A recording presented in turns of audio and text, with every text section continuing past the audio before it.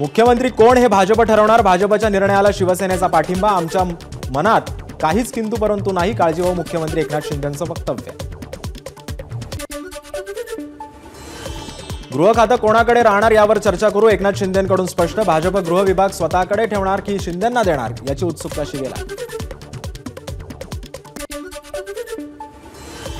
गृह खातं शिवसेनेलाच मिळावं. आज बैठक झाल्यास मुद्दा मांडणार. संजय शिरसाटांचं वक्तव्य.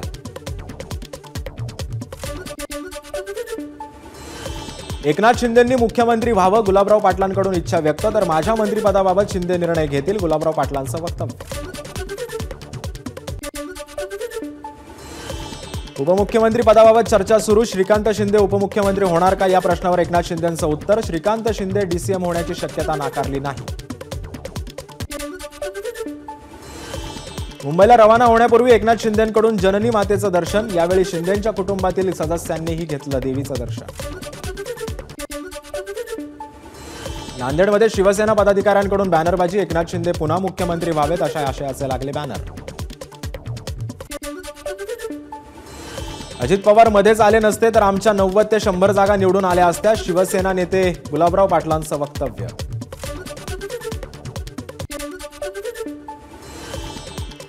हा गुलाबरावांचा गोड गैरसमज. गुलाबरावांनी जुलाबरावांसारखं वागू नये. गुलाबरावांच्या वक्तव्यावर राष्ट्रवादीच्या अमोल मिटकरेंची खोचक टीका.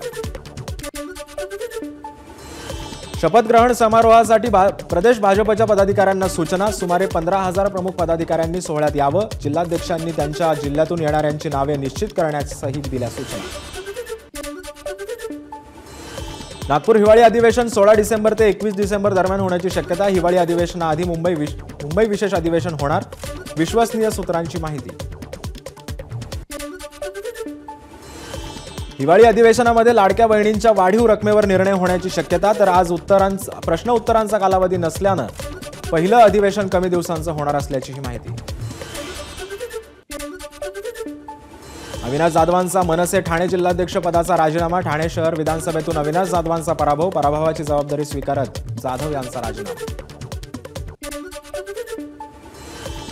माझ्याच पक्षातील नेत्यांनी माझ्याशी गद्दारी केली. शिवसेना आमदार संजय गायकवाडांचा गंभीर आरोप. प्रतापराव जाधव आणि भाजपच्या संजय कुटेंनी कट करून आपल्याला विरोधातील उमेदवार बदलल्याचाही गायकवाडांचा आरोप.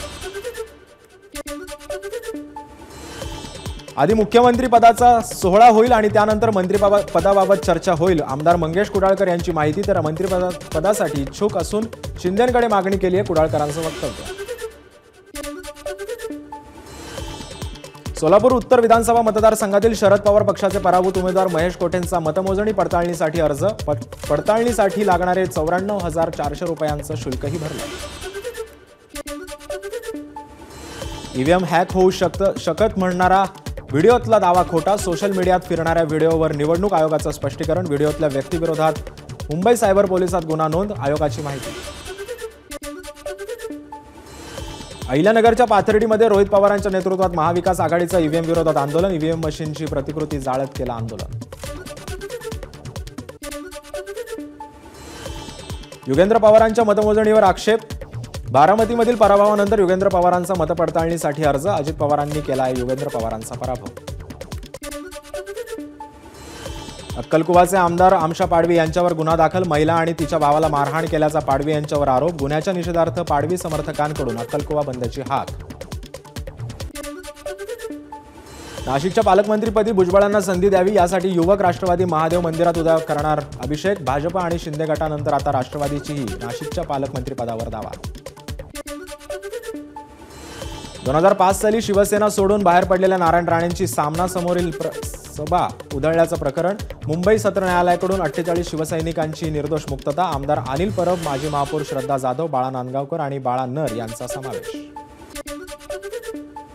पोर्नोग्राफी केस प्रकरणात शिल्पा शेट्टीचे पती राज कुंद्रा यांना ईडीचं समन्स. उद्योगपती राज कुंद्रा यांना चौकशीसाठी हजर राहण्याचे आदेश. या प्रकरणात अभिनेत्री गेहना वशिष्ठलाही ईडीचं समन्स.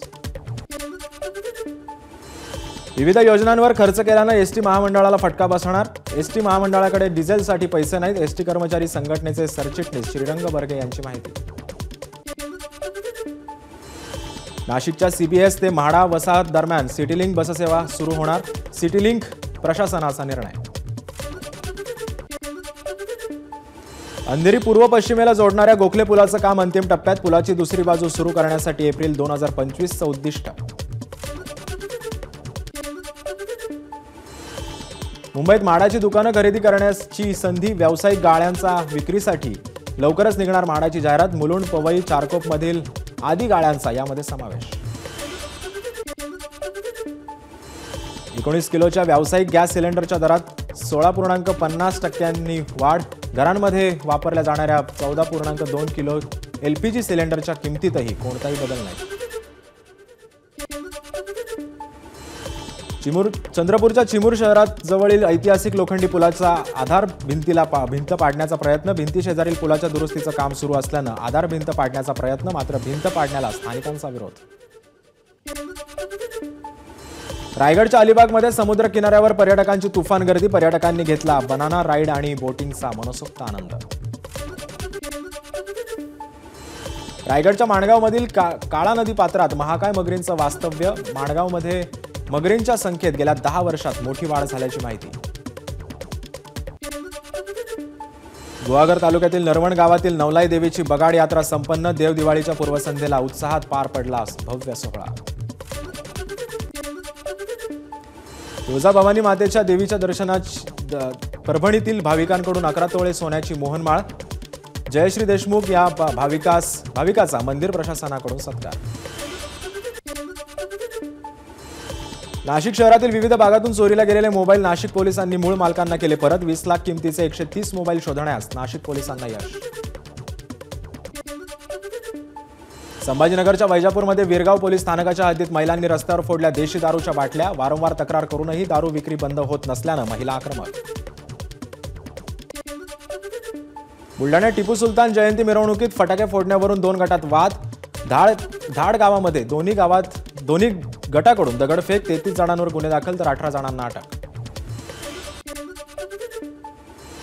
गोंदियात झालेल्या शिवशाही बसच्या अपघातानंतर खासदार प्रशांत पडोळे ऍक्शन मोडवर. पडोळेंनी एसटी बसेसची पाहणी करत प्रवाशांना चांगल्या सुविधा देण्याच्या केल्या सूचना.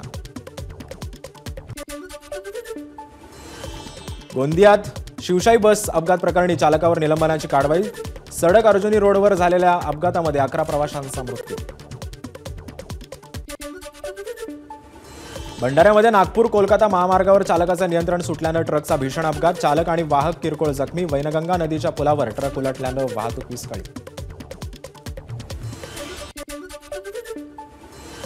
भंडाऱ्यात कोळशाच्या वाहतूक करणाऱ्या ट्रकची दुचाकीला धडक. अपघातात महिलेचा मृत्यू तर दुचाकीस्वार गंभीर जखमी. ट्रक चालकाविरोधात गुन्हा दाखल. यवतमाळच्या वणीमध्ये घरात घुसून युवकावर हल्ला. युवक गंभीर जखमी. या प्रकरणी दोघांना पोलिसांच्या ताब्यात दिलं. नांदेडच्या सिडको भागातील MIDC मधील तिरुमला ऑइल इंडस्ट्रीजला आग. 4 जण गंभीर जखमी.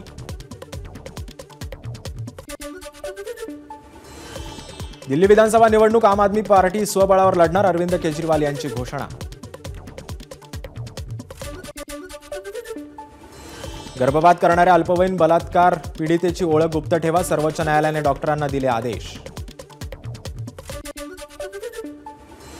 अयोध्या राम मंदिरात VIP दर्शनासाठी पास हवा असल्यास मोबाईल क्रमांक किंवा आधार क्रमांक देणं अनिवार्य.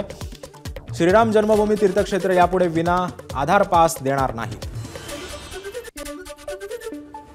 बंगालच्या उपसागरातलं फेंगल चक्रीवादळ दक्षिण भारताच्या किनारपट्टीवर दाखल. फेंगल चक्रीवादळाचा परिणाम देशातल्या हवामानावर होणार. 4 डिसेंबरपासून थंडीचा कडाका कमी होणार. फेंगल चक्रीवादळामुळे तमिळनाडूच्या कुड्डालोरमध्ये पावसाचं पाणी साचलं. NDRF कडून अडकलेल्या नागरिकांना सुरक्षित स्थळी हलवण्याचं काम सुरू.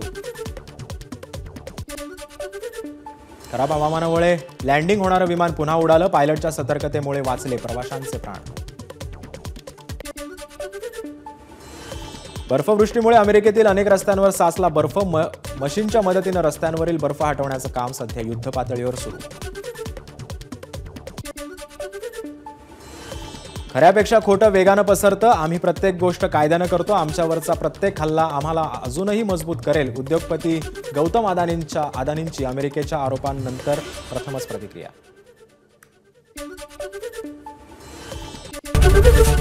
ABP माझा, उघडा डोळे बघा नीट.